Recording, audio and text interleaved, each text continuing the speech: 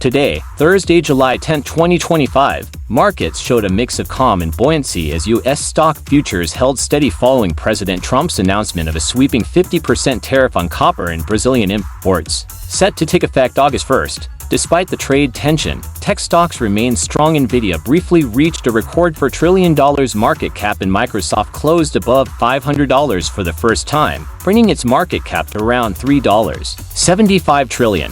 Wall Street closed higher yesterday. The Dow rose about 0.5% plus 217 points. The S&P 500 added roughly 0.6%, and the Nasdaq jumped 1%, driven by gains in tech and utilities. The Fed's June meeting minutes revealed that while only a few policymakers favored a July rate cut, most were leaning toward holding steady, pushing expectations of possible easing into September. This shift cooled rate cut hopes but sparked a classic risk on move. Yields fell and equities climbed.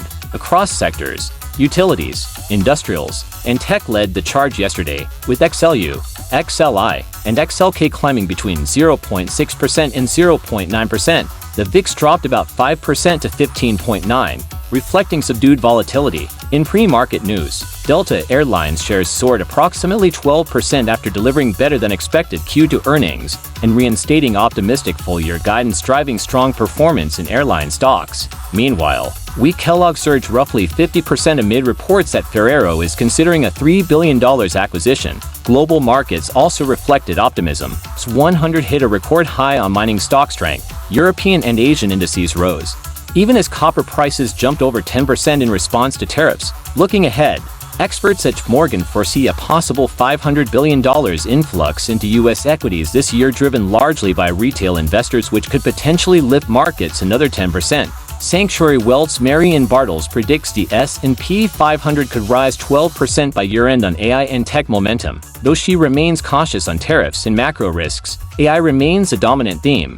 Analysts emphasize that tech and communication services now comprise roughly 45% of the S&P 500, and AI-fueled leaders like Nvidia have outperformed the index by over 44% since April. Final take: markets are riding high on big tech and AI optimism.